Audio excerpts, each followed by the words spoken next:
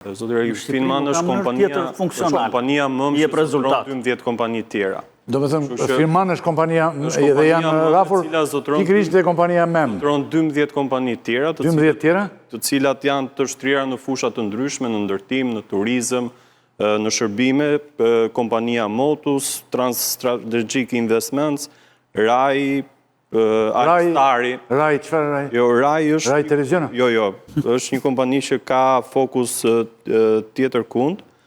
Alstari e rrugëve. Alstari është kjo e ndërtimit, e famshmja. është një AM Rentals, që ka të bëj me qeratë ndryshme, ndoshta nuk e di. ANGS, shoqëri prap kjo me përgjegjësitë kufizuar, AOS, APN, Arenas SP, ASAB, janë Balkan Finman, janë 12 kompani që i zotëron Finmani, që janë, pastaj aksioner janë biznesmeni që është Raur, Dai IT, familjar të tjerë, kryesisht është janë kompani të cilat zotërohen nga familjar të ndryshëm, Daja, Nipi, kështu që është një kompani familjare, por hetimi do ta zbardhë nëse kemi të bëjmë me një konflikt familjar apo ka të bëjmë me konflikt biznesi. Por nga mënyra si është zhvilluar ngjarja deri tani, sigurisht që duket që ka një mosmarrëveshje mes aksionerëve të kësaj kompanie dhe sigurisht që mënyra se si është zgjedhur për të trajtuar ky problem është shumë i madh. Sigurisht me të drejtë ne kërkojmë më shumë nga policia, por ndoshta edhe ne duhet jemi çik më të vëmendshëm sepse policia kur i sjell ato njoftimet i sjell me iniciale dhe asgjë nuk kuptohet. Megjithatë kam përshtypjen që nëse do të ishte sjell ditën e hënë shumë gazetarë do ta kishin vënë re, por nëse ka ndodhur sot nesër në orën 11. Ngjarja është ditën e sotme në orën 11 kur është bërë asambleja. Dhe problemi është që aty kur policia ka shkuar në kompani nuk janë gjetur kamerat e sigurisë, janë të zhdukura nga kompania, janë të hequra. Dhe prandaj duhet parë po më të rëndë. Pra do thotë që ne pa i vënë gishtin e fajsisë asnjërit prej tyre, sepse këtë ta zgjidh hetimi, ajo duhet qartazi, ja, këtu janë pamje që janë marrësh, po të shikosh, nuk e kamerat e sigurisë. Janë komplet të hequra, po ta shikosh me shumë kujdes, janë zhdukur kamerat e sigurisë për zhdukur edhe ngjarjen. Secili prej tyre ka të drejtë, kjo mbetet për të parë. Pastaj ka një gjë, aty është tek Arena Center, është mbi atë kazinon e famshme që besoj të gjithë ku kalojnë e shohin. Dhe normalisht aty ka aq shumë njerëz, aq shumë lëvizje të tjera me radhë. Prandaj duhet ketë një hetim. Dhe çështjet e biznesit nuk duhet të degradojnë në dhunë fizike dhe të tjera me radhë. Pastaj secili prej tyre ka apo nuk ka të drejtë zoti Rakipi e zgjidh gjykata, se nuk marrin dot ne përsipër të flasim nëse është zoti Ismaili apo zoti Agalliu përgjegjës apo fajtor për këtë gjë. Ndoshta gjykata nuk ka fuqi para zotit Ismailit. Fakti është që Agalliu është në spital, ky është fakt. Agalliu do rinë në spital tani, gjykata ndoshta s'ka dhe fuqi para zotit Ismailit. Policia e gjitha këto ndoshta s'kan fuqi, e kupton. Mund të ketë fuqira më të mëdha. Ikim nga ky moment, e morëm në rolin e shikues sepse është një rast, nuk është një rast ku kapen njeriu i zakonshëm, njeriu i varfër, gjithë që është pafund me kjo gjë, por është direkt një përplasje e egër mes dy njerëzve që janë dhe brenda një familje që duket nuk i kanë ndarë mirë parat e panumërta që kanë, nuk i ndajnë dot mirë edhe plas aty dhe shkojnë për spitale.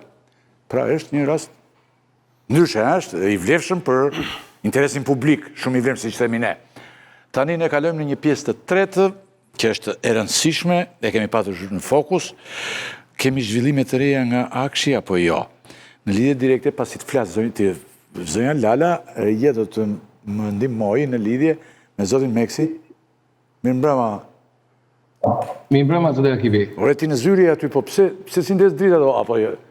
S'ke dritë. Jam të kjo. Jo, po je mirë shumë. Në rregull. Paraqitje mirë. Mirje. Mirë fare. Të hapëm një moment, nuk e di ishi duke në ndjekur tani, zhvillime të reja nga dosja Akshi të rejnë e kaluar në bëm një deklarim që i shtirur një me emrin Kreshnik Tërnova dhe Mirlinda Kërçanaj. Ajo ka qenë dhe sot, zonja Lalat na jap një informacion dhe unë do t'ju pyes dhe ju lidhur me këtë problematik, sepse keni qenë shpesh keni qenë duke folur për këtë problem. Pse sërti në studio, zoti Meksio? Po sepse nuk do fliste për Velian dhe për dy çështjet e tjera. Kemi këtë çështje. Do vinë studio tjetër. Për Veliajn dhe për rajen nuk ishte i përgatitur për rajen e Ydajetit. Se sa po mbaruam rajen e Ydajetit me të nipin. Pra, Lala, çfarë konkretisht kemi, çfarë ka ndodhur në momentet e fundit? Tani ju dini që në emisionin e kaluar unë ju kam thënë që Komisioni i Prokurimit Publik do duhet hetohet, sepse normalisht ka bërë... KPA quhet ky. KPP. Do duhet të hetohet për faktin se në momentin që është rrëmbyer biznesmeni Geron Meqe, për shkak të kërcënimit dhe shantazhit, është detyruar të heqë dorë nga ankesat që kishte bërë për tenderat pranë Akshit. Dhe normalisht pasi ajo është liruar nga rrëmbyesit dhe pamjet pra ato pjesë të shkëputura ne kemi parë të gjithë nga pamjet filmike që janë nxjerrë në dosjen e prokurorisë, rezulton që ka shkuar dhe ka pretenduar përpara Komisionit Prokurimit Publik që ishte hakeruar i Albania dhe për këtë arsye ankesat e tij nuk duhet merreshin në konsiderat dhe tërheqja nga ankesat nuk duhet merren në konsiderat. Kreshnik Tërnova nuk e ka marrë këtë gjë në konsiderat dhe ka vijuar me procedurën dhe në një farë mënyre e ka zhbërë dhe e ka kaluar tenderin në duart e kompanive të Ermal Beqiri. Dhe ky është fakt sipas atyre që relaton prokuroria e posaçme. Çfarë ka ndodhur më pas është që zoti Geron Meqe në disa nga procedurat tenderuese nuk ka qenë aksioner i vetëm, pra ka qenë operator ekonomik në bashkëpunim me kompani të tjera dhe që të tërhiqet ankesa për një tender për cilin ai nuk ishte dakord me fituesin, do duhet të merret edhe pëlqimi apo dakordësia aksionerit tjetër. Dhe në rastin konkret nuk ka patur një dakordësi dhe pavarësisht se ligji për prokurimet